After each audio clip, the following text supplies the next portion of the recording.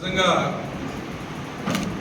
గౌరవ మంచిర్యాల శాసనసభ్యులు సీనియర్ నాయకులు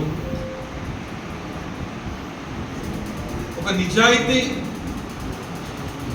ఒక నీతి ఉన్నటువంటి వ్యక్తి కాబట్టి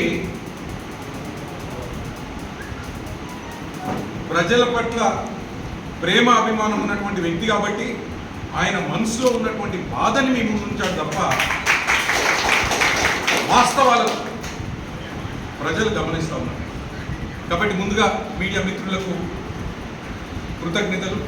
నాతో పాటు ఈ మీడియా సమావేశంలో పాల్గొంటున్నటువంటి గౌరవ శాసనసభ్యులు దివాకర్ రావు గారికి, గౌరవ మున్సిపల్ చైర్పర్సన్ పెంట రాజన్న గారికి, గౌరవ ఏఎంసీ చైర్మన్ ఉమేష్ గారికి, యువ నాయకుడు విజిత్ గారికి, తెలంగాణ ఉగ్గువని కార్మిక సంఘం ప్రతినిధి సురేందర్ రెడ్డి గారికి, గౌరవ సీనియర్ నాయకులకు సరోజక్క గారికి, అదేవిధంగా గౌరవ కార్పొరేటర్లు, ఈ సమావేశంలో పాల్గొంటున్నటువంటి పార్టీ అధ్యక్షులకు, సీనియర్ నాయకులకు ప్రతి ఒక్కరికి హృదయపూర్వక కృతజ్ఞతలు తెలియజేస్తా ఉన్నాను.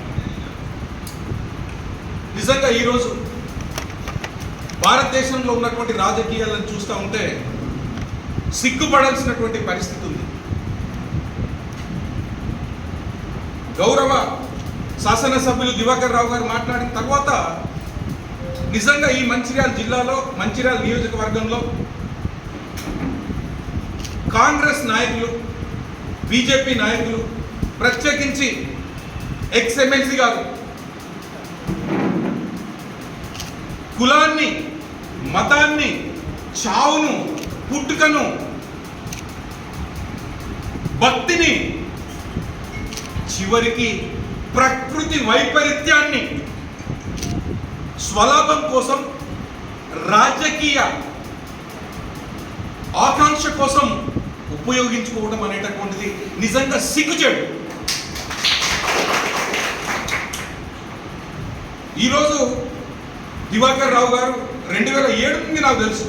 నేను ఒక డిప్యూటీ కమిషనర్గా, ఒక గ్రూప్ 1 అధికారిగా నేను పనిచేస్తున్నప్పుడు వారి యొక్క క్యారెక్టర్, వారి యొక్క కఠోర శ్రమ, నిరంతర తపస్సు, ప్రజల కోసం కష్టపడి ప్రజలపై ప్రేమతో పొద్దున లేచిన దగ్గర నుండి నా ప్రజలు ఏ రకంగా ఉన్నారు, ఏ గ్రామంలో రైతులు ఏ రకంగా ఉన్నారు, మహిళలు ఏ రకంగా ఉన్నారు, యువకులు ఏ రకంగా ఉన్నారు, ఎవరికి ఏ కష్టాలు ఉన్నాయని చెప్పేసేసి 24 గంటలు ప్రజల కోసం శ్రమించేటటువంటి ఒక గొప్ప వ్యక్తి దివాకర్ రావు గారు. అలాంటి వ్యక్తిని నిరాధారమైనటువంటి ఆరోపణలు చేయడం అనేటటువంటిది సిగ్గుచేటు. దీన్ని తీవ్రంగా పెద్దపల్లి పార్లమెంట్ సభ్యుడిగా తీవ్రంగా ఖండిస్తున్నాం. మీకు సినిమా స్టార్ట్ అవుతుంది. బీజేపీ నాయకులారా, కాంగ్రెస్ నాయకులారా, యుద్ధం మా సీఎం గారు ప్రకటించిన ఢిల్లీ నుంచి శాతగాని బీజేపీ నాయకులు భయపడి, కేంద్ర మంత్రులు, రాష్ట్ర అధ్యక్షులు, రాష్ట్రాల సీఎంలందరూ భయపడి మా పులి దగ్గరికి ఎక్కడ పెట్టిరు? నేషనల్ ఎగ్జిక్యూటివ్ కౌన్సిల్ మీటింగ్ హైదరాబాద్లో పెట్టిరు. గలాంటి వ్యక్తి మార్గనిర్దేశకంలో మా దివాకర్ రావు గారు పనిచేస్తున్నారు. బిడా జాగ్రత్త, ఒళ్ళు నోరు జాగ్రత్త పెట్టుకోండి. కాంగ్రెస్ అండ్ బీజేపీ నాయకులారా ఏమనుకుంటున్నారు? గౌరవ ముఖ్యమంత్రి గారు తెలంగాణ రాష్ట్రం ఏర్పడ్డ తర్వాత ఈ తెలంగాణ రాష్ట్రంలో ఉన్నటువంటి రైతులు బాగుండాలి, మహిళలు బాగుండాలి, ఉద్యోగులు బాగుండాలి, ప్రతి కులంలో ఉన్నటువంటి వాళ్ళు, ప్రతి కులంలో మతంలో ఉన్నటువంటి వాళ్ళు అందరూ బాగుండాలనేటటువంటి సంకల్పంతో ఈరోజు భారతదేశానికి ఈ తెలంగాణ రాష్ట్రాన్ని పరిపాలనలో, నీతిలో, నిజాయితీలో, అభివృద్ధిలో, సంక్షేమంలో నంబర్ 1గా నిలిపినటువంటి ఘనత గౌరవ ముఖ్యమంత్రి గారు గొప్ప వ్యక్తి ఆధ్వర్యంలో మేము, మా దివాకర్ రావు గారు, మా యువ నాయకులు, మా కార్పొరేటర్స్, మా టిఆర్ఎస్ కుటుంబ సభ్యులం అందరం పనిచేస్తున్నాం. అలాంటి వ్యక్తిని పట్టుకొని ఇష్టం ఉన్నట్టు మాట్లాడతావా? ఎస్, ఎన్నికల్లో నువ్వేం చేస్తావో చెప్పు. లేదా నువ్వు ఎమ్మెల్సీ కంటే ముందున్నప్పుడు ఈ ప్రాంతానికి, ఈ ప్రాంత ప్రజలకి నువ్వేం చేసినావు, నీ కాంగ్రెస్ పార్టీ ఏం చేసింది? అదేవిధంగా మా శాసన సభ్యులు దివాకర్ రావు గారు ఆయన రాజకీయాల్లోకి వచ్చిన తర్వాత ప్రజలకు ఏం చేసిండు, ఈ ప్రాంత అభివృద్ధికి ఏం చేసిండు అనేటటువంటిది ఇక్కడ ఉన్నటువంటి ఈ మంచిర్యాల నియోజకవర్గంలో ఉన్నటువంటి ప్రజలందరూ కూడా గమనిస్తూ ఉన్నారు. కాబట్టి మీడియా మిత్రులారా, ఇక్కడ ఉన్నటువంటి రాజకీయ నాయకులు, బీజేపీ నాయకులు కానీ, కాంగ్రెస్ నాయకులు కానీ శవం మీద పేలాలు ఏరుకునేటటువంటి బ్యాచ్, కోడిగుడ్డు మీద ఈగలు పీకేటటువంటి బ్యాచ్, అంతేగాని ఈ ప్రాంతంలో ఉన్నటువంటి ప్రజల పట్ల ప్రేమాభిమానాలు లేవు. ఏందయ్యా, అహంకారంతో డబ్బు పెట్టి ఫోటోలకి పోజులిచ్చి అసత్యాలను, అబద్ధాలను సృష్టించి ప్రజలను తప్పుదోవ పట్టించడానికి ప్రయత్నం చేస్తూ ఉన్నారు. మా దివాకర్ రావు గారు అన్నట్లు, ఎస్, ప్రకృతి వైపరీత్యం అనేటటువంటిది భగవంతుడి చేతిలో ఉంది. 2022లోనే వచ్చింది, 67లో వచ్చింది, 87లో వచ్చింది, 95లో వచ్చింది, 2001లో వచ్చింది. అది దేవుడి చేతిలో ఉంది. ప్రకృతి వైపరీత్యం, భారీ వర్షాలు వచ్చినప్పుడు కానీ, వరదలు వచ్చినప్పుడు కానీ, భూకంపాలు వచ్చినప్పుడు కానీ, డ్యాములు తెగిపడ్డప్పుడు కానీ మనమందరము కులాలకు అతీతంగా, మతాలకు అతీతంగా, పార్టీలకు అతీతంగా ప్రజలను ఆదుకోవాల్సినటువంటి బాధ్యత మన మీద ఉంది. కాబట్టి ఈ ప్రకృతి వైపరీత్యాలు జరిగినప్పుడు గౌరవ ముఖ్యమంత్రి గారు అప్పటికప్పుడు ఆయన క్యాంప్ ఆఫీస్ని, ఆయన సీఎం క్యాంప్ ఆఫీస్ని వరద సాయం కోసం ఈ వరద క్యాంప్ ఆఫీస్గా మార్చి అనుక్షణం ఎమ్మెల్యేలకు, ఎంపీలకు, అధికారులకు సూచనలు ఇస్తూ, ఆదేశాలు ఇస్తూ ప్రాణ నష్టం లేకుండా కాపాడినటువంటి ఒక గొప్ప వ్యక్తి గౌరవ ముఖ్యమంత్రి గారు. ఆయన ఆధ్వర్యంలో మేము పనిచేస్తున్నాం.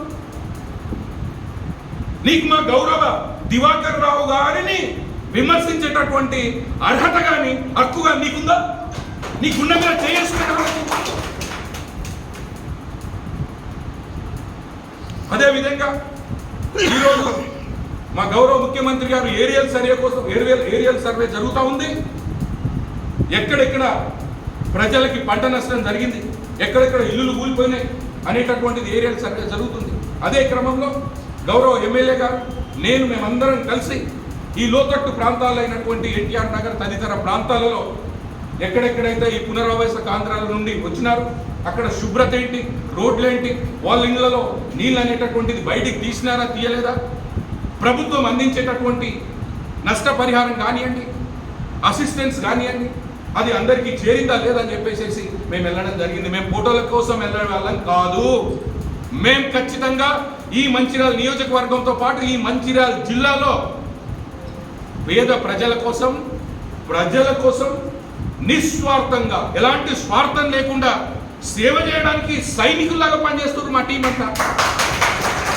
మీలాగా ఫోటోల కోసం కాదు. అదేవిధంగా మాతా శిశు కేంద్రం కొన్ని సందర్భాల్లో ప్రభుత్వ భూములు దొరకనప్పుడు, పట్టణాల్లో అవకాశం లేనప్పుడు, భూమి యొక్క విలువ విపరీతంగా పెరిగినప్పుడు మనకి ఎక్కడైతే భూమి అందుబాటులో ఉంటుందో ఆ అందుబాటులో ఉన్నటువంటి భూమిలో మనం హాస్పిటల్స్ కానీ, ఆఫీసులు కానీ కట్టించడం జరుగుతుంది. అక్కడ ఒక ప్రాణ నష్టం లేకుండా గౌరవ ఎమ్మెల్యే గారు వాళ్ళ టీంనంతా అలర్ట్ చేసి ఒక్క ప్రాణ నష్టం లేకుండా ఈ మంచిర్యాల నియోజకవర్గాన్ని, ఈ మంచిర్యాల పట్టణాన్ని కాపాడినటువంటి వ్యక్తి దివాకర్ రావు గారు. అది ఆయన శ్రమ. నేను అందుకే ఈ నిరంతర శ్రామికుడు, కఠోర తపస్వి. నేను ఇంత రాష్ట్రంలో, దేశంలో నాయకులను చూస్తా ఉన్నాను. నేను ఒక పార్లమెంట్ సభ్యుడిగా, మాజీ డిప్యూటీ కమిషనర్గా నేను ఎంతోమంది నాయకులతో చర్చిస్తూ ఉంటాను. దివాకర్ రావు అనేటటువంటి వ్యక్తి మచ్చలేని నాయకుడు. ఎస్, మా యువ నాయకుడు విజిత్ అన్నాడు, మీకు దమ్ము ధైర్యం ఉంటే బీజేపీ నాయకులారా, కాంగ్రెస్ నాయకులారా రండి చర్చకి. ఏం చేసిండ్రో డిస్కస్ చేద్దాం. మా గౌరవ ముఖ్యమంత్రి గారు తెలంగాణ రాష్ట్రం ఏర్పడ్డ తర్వాత 2014 తర్వాత రైతుల కోసం, ప్రజల కోసం, మహిళల కోసం ఎన్ని ఉద్యోగాలు ఇచ్చి ఏం చేసిందో మేము చర్చిస్తాం. మీరేం చేసిండ్రో రండి. మీ 8 సంవత్సరాలలో సిగ్గులేని బట్టెబాజ్, బద్మాష్, జూటాపాటి బీజేపీ నాయకులారా, ఏం చేసింది 8 సంవత్సరాల ఈ దేశానికి మీ మోడీ? అరే బిడ్డ బీజేపీ నాయకులారా, మీరు 8 సంవత్సరాలలో ఈ దేశంలో ఉన్నటువంటి రైతులని రోడ్డు మీదకి తీసుకొచ్చి 750 మంది రైతుల ఆత్మహత్యలకు హత్యలకు మీ మోడీ గారి కారణం కాదా? సిగ్గుండాలి. మా గౌరవ ముఖ్యమంత్రి గారు మీరు ఆడుకోకపోయినా రైతు పక్షపాతిగా 750 కుటుంబాలకు నష్టపరిహారం రూపంలో చండీగఢ్కి వెళ్ళి చెక్కులు పంపించేసినటువంటి మాట వాస్తవం కాదా? కాబట్టి మీడియా మిత్రులారా, దయచేసి వాస్తవాలను రాయండి. ఈ చిల్లర మల్లర సోషల్ మీడియాలో పెట్టి ఒక చిన్న పిల్లలు అరుస్తున్నట్టు సృష్టించి విమర్శించడం అనేటటువంటిది అవివేకం, సిగ్గుచేటు. అంత నీచ స్థాయికి దిగజారాల్సినటువంటి అవసరం లేదు.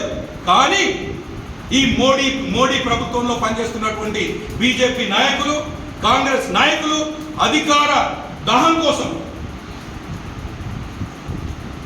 ఉన్నది లేనట్టు, లేనిది ఉన్నట్టు సృష్టించి ప్రజలను తప్పుదోవ పట్టడానికి ప్రయత్నం చేస్తూ ఉన్నారు. దయచేసి ఇది గమనించాలి. ఈరోజు దేశం ఎటుపోతుంది?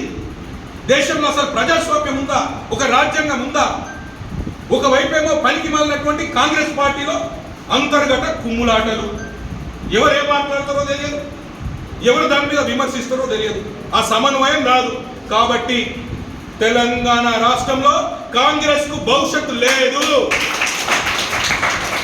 దాంతో పాటు 8 సంవత్సరాల పాలనలో ఈ భారత రాజ్యాంగాన్ని తుంగలో తొక్కి రైతులను చంపేసి పరిశ్రమలని, ప్రభుత్వ రంగ పరిశ్రమలని అదానీ అంబానీలకు దోచిపెట్టి నిరుద్యోగాన్ని సృష్టించినటువంటి ఈ మోడీ రాజ్యాంగం, ఈ బీజేపీ పార్టీ కూడా భయపడి, కేసీఆర్ గారికి భయపడి ఎక్కడ పెట్టిందయ్యా national executive council meeting? Hyderabad లో. గది కేసీఆర్ దమ్ము. నువ్వు రావాలి, నువ్వు నా దగ్గరికి రావాలి, అది నీ భయం. కాబట్టి బీజేపీ గాడ్డలారా, ఒళ్ళు దగ్గర పెట్టుకొని మాట్లాడండి. కాంగ్రెస్ నాయకులారా, నాలుక దగ్గర పెట్టుకొని మాట్లాడండి. మా కేసీఆర్ గురించి కానీ, మా కేటీఆర్ గురించి కానీ, మా దివాకర్ రావు గురించి కానీ, మా జిల్లా అధ్యక్షులు సుమన్ గురించి కానీ, మా చిన్నయ్య బెల్లంపల్లి ఎమ్మెల్యే గురించి కానీ, మా పార్టీ గురించి, మా ప్రభుత్వం గురించి మీరు విమర్శించేటటువంటి ముందు అసలు మీరేం చేసిరు ప్రజలకు అనేటటువంటిది ఒక్కసారి ఆత్మ పరిశీలన చేసుకోండి. ఏమన్నంటే ఓ మండలికి ఒక 2 నాయకులు పెడుతుంది, వివేకం లేని అవివేక్. వాళ్ళకు వచ్చినప్పుడు 5,000 10,000 ఇస్తాడు, లేదా ఒక పిఏ ఉంటాడు, ఆ పిఏ 5,000 పంపిస్తాడు. ఆ చిల్లర గాడిదలు మందుకు బిర్యానీకి పైసలు కావాలి కాబట్టి ఎదుటి వాళ్ళని బదనాం చేయడానికి ప్రయత్నం చేస్తారు. 2014 నుండి తెలంగాణ ప్రభుత్వం ఏర్పడ్డ తర్వాత మా సీఎం గారు రైతుల కోసం, మహిళల కోసం ఎన్నో సంక్షేమ కార్యక్రమాలు, రైతు బంధు ఈ భారతదేశంలో ఎక్కడ లేనటువంటి ఒక పథకం. ఈ రైతు బంధు ద్వారా ఎకరానికి 10,000 చొప్పున 65 లక్షల రైతులకి 57,967 కోట్లు ఇచ్చినటువంటి రైతు బాంధవుడు, రైతు దేవుడు మా కేసీఆర్ కాదా? ఆ 10,000 తీసుకునేటటువంటి దాంట్లో బీజేపీ రైతులు లేరా? కాంగ్రెస్ రైతులు లేరా? కాబట్టి రాజకీయాలు అనేటటువంటిది ఎన్నికలప్పుడు కొట్లాడదాం. మా పని నచ్చితే, మా క్యారెక్టర్ నచ్చితే, మా పథకాలు నచ్చితే ప్రజలు మమ్మల్ని ఆశీర్వదిస్తారు. నీ క్యారెక్టర్ నచ్చితే, నీ గత చరిత్ర నచ్చితే, నువ్వు చేయబోయేటటువంటి భవిష్యత్ అంశాలు నచ్చితే ప్రజలు నీ కోటేస్తారు. అది ఎన్నికల వరకే. ఎన్నికలు జరిగిన తర్వాత మనమందరం పార్టీలకు అతీతంగా ప్రకృతి వైపరీత్యాలు వచ్చినప్పుడు కలిసికట్టుగా ప్రజలను కాపాడుకోవాలి, ఆ ప్రాంత అభివృద్ధిని కాంక్షించాలి తప్ప చిల్లర మల్లర రాజకీయాలు చేస్తే బిడ్డ వస్తున్నాం. ఇప్పుడే యుద్ధం మొదలైంది కదా ఢిల్లీ మీద, రేపు నీ కథ అంతా తీస్తున్నాం బీజేపీ వాళ్ళది. తెలంగాణ రాష్ట్రానికి ఆంధ్రప్రదేశ్ పునర్విభజన చట్టం ప్రకారం రావాల్సినటువంటి న్యాయంగా ధర్మంగా రావాల్సినటువంటి ఒక్కటి ఇవ్వలేదు. ఎక్స్ఎమ్మెల్సీ గారా కాళేశ్వరం గురించి మాట్లాడేటటువంటి మనిషి. అసలు కాళేశ్వరం ప్రాజెక్టు దాని యొక్క డిజైన్ ఏంటి, ఎన్ని లక్షల ఎకరాలకు ఎట్లెట్లు వస్తుంది, ఎన్ని పంప్ హౌసెస్ ఉన్నాయి, ఎన్ని జలాశయాలు ఉన్నాయి, ఎన్ని అడుగుల ఎత్తు మా అప్పుర భగీరథుడు మేడిగడ్డ నుండి మొదలుకుంటే సుమారుగా 600 మీటర్ల పై చిలుకు కింది నుండి పైకి గోదావరి తల్లిని తీసుకెళ్లి 40 లక్షల ఎకరాలకి నీటిని అందించేటటువంటి ఒక బృహత్తరమైనటువంటి కాళేశ్వరం ప్రాజెక్టు గురించి ఎక్స్ఎమ్మెల్సీ గారు మాట్లాడడం అనేటటువంటిది హాస్యాస్పదం. ఇక వివేకం లేని అవివేక్. అరే బాబు, నువ్వు కేంద్ర ప్రభుత్వంలో ఉన్నావు, సిబిఐ నీ చేతిలో ఉంది, ఎన్ఫోర్స్మెంట్ డైరెక్టరేట్ నీ చేతిలో ఉంది, అన్ని సంస్థలు నీ చేతిలో ఉన్నాయి, నీ బీజేపీ చేతిలో ఉన్నాయి కదా. వివేకం ఉండదు, ప్రాజెక్టు డిజైన్ తెలియదు, ఆ ప్రాజెక్ట్ ఎట్లా కట్టిండు, అప్పుడు వైఎస్ఆర్ గారు ప్రతిపాదించినటువంటి ప్రాజెక్ట్ ఏంటి, ఆ తర్వాత గౌరవ ముఖ్యమంత్రి గారు దాన్ని ఏ రకంగా ఎక్స్పాండ్ చేశాడు, నీ కేంద్ర ప్రభుత్వం అనుమతి ఇచ్చిన తర్వాతనే ప్రారంభించాడు కదా. నిజంగా అవినీతి జరిగి ఉంటే నీ బీజేపీ బట్టే బాజ్ మోడీ ప్రభుత్వమే ఉంది కదా, గోల్మాల్ గోయల్ ఉన్నాడు కదా, మరి ఎందుకో ఎంక్వైరీ పెట్టట్లేదు. కాబట్టి బిడ్డ వివేక్, నీ చెంచగాళ్ళని, నువ్వు డబ్బులు ఇచ్చి పోషించేటటువంటి వాళ్ళని జాగ్రత్తగా కంట్రోల్ పెట్టుకో బిడ్డ. నీకు రైతులు ఇప్పటి వరకు చూస్తున్నాం కదా, గౌరవ ముఖ్యమంత్రి గారి నీటిపారుదల రంగంలో విప్లవాత్మకమైనటువంటి మార్పులు రావడం వల్ల వడ్లు అనేటటువంటిది పెరిగినాయి. వడ్లు కొనిపించు. ఏమనంటే హిందూ ముస్లిం తవ్వండి, మసీదులు ఉంటాయి, తవ్వండి, శివలింగాలు ఉంటాయి, ఇదా నువ్వు మాట్లాడేది? హిందూ ముస్లింకి గొడవలు పెట్టి చేసేసి నీ స్వార్థం కోసం, రాజకీయ స్వార్థం కోసం హిందూ ముస్లింల పడ్డ గొడవలు పెట్టకు, శాంతి భద్రతలను క్షీణించే విధంగా చేయకు. వస్తున్నాం బిడ్డ, రేపు మొత్తం అంశాలు ఉన్నాయి. మా గౌరవ ముఖ్యమంత్రి గారు కూడా ఒక వారం రోజుల తర్వాత తెలంగాణ ప్రజల కోసం, తెలంగాణ రైతుల కోసం, ఈ భారతదేశ రాజ్యాంగ రక్షణ కోసం, ప్రజాస్వామ్య రక్షణ కోసం, సమైక్య స్ఫూర్తి కోసం ఢిల్లీకి వస్తున్నాం బిడ్డ. జాగ్రత్తగా ఉండండి. ఢిల్లీ మీద యుద్ధం ప్రకటిస్తాం. మా తెలంగాణ రాష్ట్రాన్ని, మా తెలంగాణ ప్రజలను మేము ప్రేమతో కాపాడుకుంటామని చెప్పి ఒకవైపు ఈ చిల్లర కాంగ్రెస్ నాయకులకు, ఇంకొక వైపు అజ్ఞానంలో ఉన్న వివేకం లేని అవివేక్కు నేను సవాలు చేస్తూ ముగిస్తా ఉన్నాను. జై తెలంగాణ.